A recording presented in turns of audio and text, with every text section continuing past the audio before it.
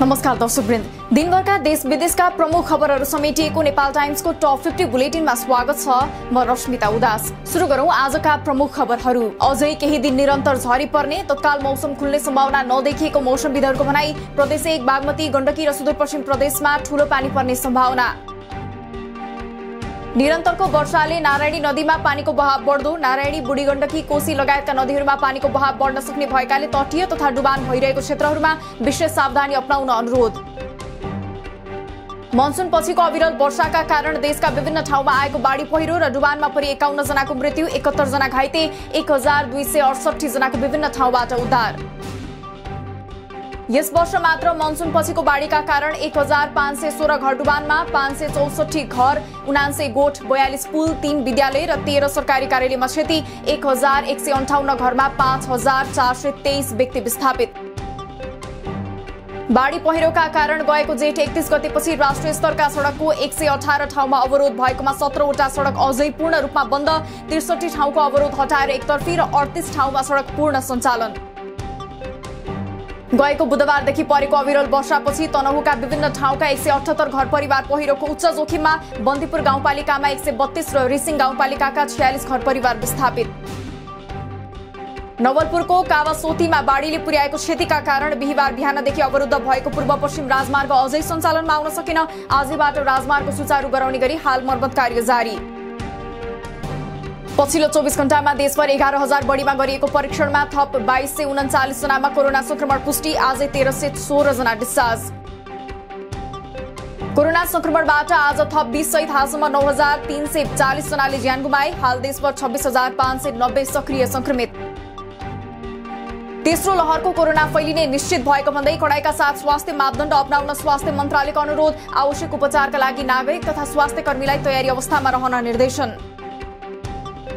अमेरिकाले कोभ्याक्सिन अन्तर्गत नेपाललाई उपलब्ध गराउने 15 लाख डोज खोप यसै साता काठमाडौँ आइपुग्ने। जोन्सन एन्ड जोन्सनको एक मात्रा मात्र लगाई आइपुग्ने खोप आगामी सोमबार आइपुग्ने सम्भावना। चीनसँग खरिद गरेको 8 लाख डोज कोरोना खोप नेपाल ल्याइयो। ज्येष्ठ नागरिकलाई पहिलो प्राथमिकता। कुल जनसङ्ख्याको 72% नागरिकलाई खोप लगाउने लक्ष्य। 18 वर्ष माथिका कुल 2 करोड 20 लाखलाई खोप लगाउने लक्ष्य। सरकारले आन्तरिक गन्तव्यका लागि उडान संख्याको सीमा हटायो। प्राधिकरणका अनुसार अब आन्तरिक उडानमा कम्पनीहरूले आफूलाई आवश्यक संख्यामा उडान माग गर्न सक्ने।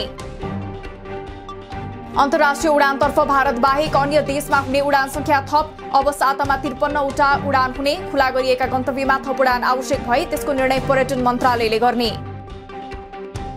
मन्त्री परिषद हेरफेर विरुद्धको मुद्दामा राष्ट्रपति कार्यालयले सर्वोच्चलाई बुझायो लिखित जवाफ। संविधान अनुसार राष्ट्रपतिले गरेको काम कारबाही बारे मुद्दा नचलाइने व्यवस्था गरिएको उल्लेख गर्दै विपक्षी बनाइएको रिट बदर योग्य भएको जिकिर। माओवादी छाडेर एमाले प्रवेश गरेका नेताहरू निर्वाचन आयोग पुगे। माओवादीको दल दर्ता खारेज गर्न दिएको निवेदनबारे छिटो निर्णय दिन आयोगलाई आग्रह। दल दर्ता खारेजीको माग गर्दै निर्वाचन आयोगमा दर्ता भएको निवेदनलाई माओवादी केन्द्रद्वारा हास्यास्पदको संज्ञा। बेसरोकार निवेदन दर्ता स्वीकृत गर्दा अनावश्यक भ्रम सिर्जना हुने भन्दै आइन्दा त्यस्तो नगर्न आयोगलाई आग्रह। माओवादी केन्द्र भूमिगत र छापामार किसिमले चलिरहेको पूर्व माओवादी नेता टोपबहादुर रायमाझीको आरोप। अवैध पार्टीले जननिर्वाचित प्रतिनिधिलाई कारबाही गरेको उल्लेख। ओलीले अहंकारको जगमा उभिएर अदालतलाई जवाफ दिएको विश्व प्रकाश शर्माको टिप्पणी। कांग्रेस निर्दलीयताको अभ्यासमा जान खोजेको टिप्पणी गरिएको भन्दै लाञ्छित गर्ने कुरा आफूहरूलाई स्वीकार्य नहुने चेतावनी। पत्रकारिता जगतले स्वस्थ र रचनात्मक आलोचना मार्फत सरकारलाई खबरदारी गर्नुपर्ने गण्डकीका मुख्यमन्त्री कृष्णचन्द्र नेपाली पोखरेलको भनाई। तिनै तहका सरकार र महासंघ एकअर्काका परिपूरक भएर कार्य गर्नुपर्ने तर्क।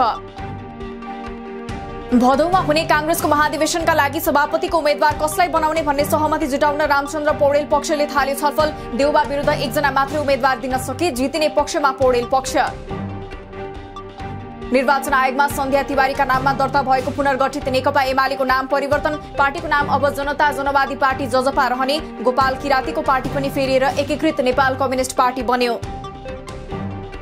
सामूहिक राजीनामा दिएर प्रधानमन्त्री कार्यालय घेर्ने चेतावनी दिएका बीपी प्रतिष्ठानका आन्दोलनकारी त्यसबाट पछि हटे। प्रतिष्ठानमा उपचाररत संयौं कोभिड बिरामीको स्वास्थ्य अधिकार कुण्ठित गर्ने गरी राजीनामा दिनु उपयुक्त नभएको ठहर।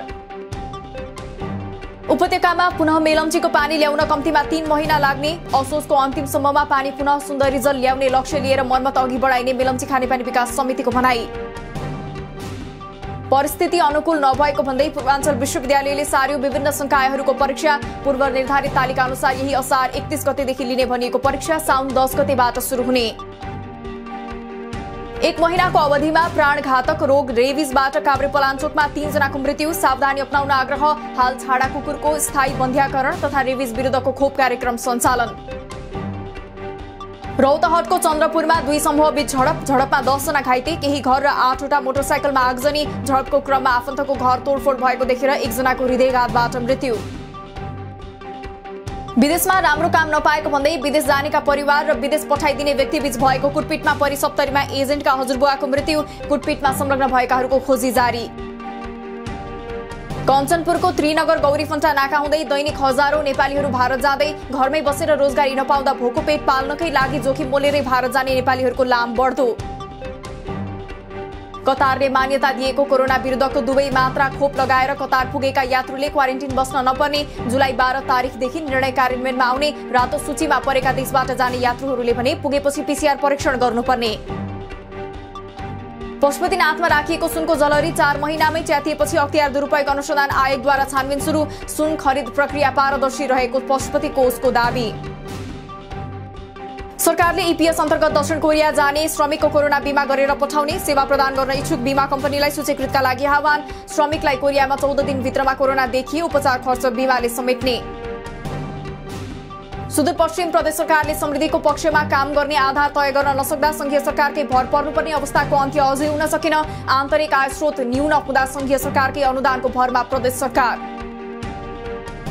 श्रम गरेको भुक्तानी नदिएको भन्दै जलस्रोत तथा सिंचाई डिभिजन कार्यालय रौतहटमा निर्माण व्यवसायहरूद्वारा तालाबन्दी। सम्पन्न भएका योजनाहरूको भुक्तानीका लागि कार्यालय प्रमुख र प्रदेश सरकारले बेवास्ता गरेको आरोप। नेपाल भारत रेल सेवा सम्झौता संशोधन। नेपाली रेल सेवाले हल्दिया र कोलकाता बन्दरगाहसम्म पहुँच पाउने तथा नेपालले तेस्रो मुलुकसँगको व्यापारमा भारतीय रेल सेवा प्रयोग गर्न पाउने। कपिलवस्तुको शिवराज नगरपालिकाद्वारा आर्थिक वर्ष 77-78 मा नगरको 13 किलोमिटर सडक कालोपत्री। गाउँ गाउँ पुग्ने सडक कालोपत्री हुँदा नागरिकलाई आवतजावतमा सहजता। सरकारले पर्यटन क्षेत्रका मजदुर कर्मचारी एवं व्यवसायलाई खोप उपलब्ध नगराएसम्म व्यवसाय सञ्चालन गर्न नसक्ने पोखराका पर्यटन व्यवसायको भनाई। किस्ता र ब्याज पनि सरकारले तिर्नुपर्ने माग। मनसुनजन्य विपदबाट क्षति बेहोरेका किसानहरूलाई आगामी आर्थिक वर्षमा क्षतिपूर्ति दिने गरी लगत संकलन गरिरहेको मन्त्रालयको भनाई। यस वर्ष 60 लाख मेट्रिक टन धान फलाउने सरकारको लक्ष्य प्राप्तिमा बाढी पहिरोले समस्या पैदा हुने सचिव योगेन्द्र कार्कीको भनाई।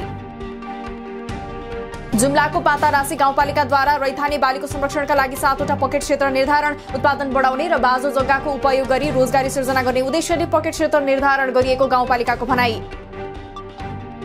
विश्व बैंकले नेपाललाई 10 करोड अमेरिकी डलर अर्थात् करिब 12 अर्ब रुपैयाँ ऋण सहायता दिने। सहायता बालबालिकालाई विद्यालय फर्काउन गुणस्तरीय र उत्तरदायी स्वास्थ्य सेवा प्रदान गर्न महत्त्वपूर्ण हुने उल्लेख। शुक्रबार सुनको मूल्य प्रति तोला 92,400 कायम। चाँदीको मूल्य 1,305 रुपैयाँ प्रति तोला कारोबार भएको सुनचाँदी व्यवसाय महासंघको भनाई। एएफसी 23 वर्ष मुनिको एसियन कप छनौटमा नेपाल, ताजिकिस्तान, लेबनान र इरान सहित समूह बीमा। समूह बीको छनौट खेल आउँदो अक्टोबर 23 देखि 31 सम्म हुने। नेपालले पहिलो खेल इरानसँग खेल्ने। विश्व खेलकुदको महाकुम्भ ओलम्पिक दर्शक बिना नै सञ्चालन हुने। कोरोना महामारीलाई ध्यानमा राख्दै जुलाई 23 देखि जापानमा सुरु हुने टोकियो ओलम्पिकमा दर्शकलाई प्रवेश निषेध। पहिलो एक दिवसीय क्रिकेटमा इंग्ल्यान्डद्वारा पाकिस्तान 9 विकेटले पराजित। जीतसँगै इंग्ल्यान्डले 3 खेलको श्रृङ्खलामा 1-0 को अग्रता बनायो। दुई टोली बीचको दोस्रो खेल भोलि हुने। अमेरिकी खोप निर्माता कम्पनी फाइजरले आफूले बनाएको कोरोना विरुद्धको तेस्रो खोपका लागि अनुमति माग्ने। पहिलो र दोस्रो खोप लगाएकाहरूले बुस्टर डोज अर्थात् तेस्रो डोज लगाउनु पर्ने दावी। भारतको केरलामा एक गर्भवतीमा जिका भाइरसको संक्रमण फेला। अन्य 19 जनामा पनि गरिएको नमुना परीक्षणमा 13 जनामा जिकाको आशंका। कोरोना संक्रमण केही कम हुन थालेपछि भारतका विभिन्न राज्यमा विद्यालय खुलाउने तयारी। उत्तराखण्ड, आन्ध्र प्रदेश, बिहार लगायत केही राज्यले आउँदो हप्तादेखि विद्यालय खुलाउने। दिल्लीमा भने तत्काल नखुल्ने। अमेरिकाले अब आफ्नो सैनिकलाई अफगानिस्तानमा युद्ध गर्न नपठाउने। अमेरिकी सैनिक फर्किन थालेसँगै अफगानिस्तानमा तालिबानले आफ्नो पकड बढाउँदै झण्डै 1/3 जिल्ला तालिबानको कब्जामा।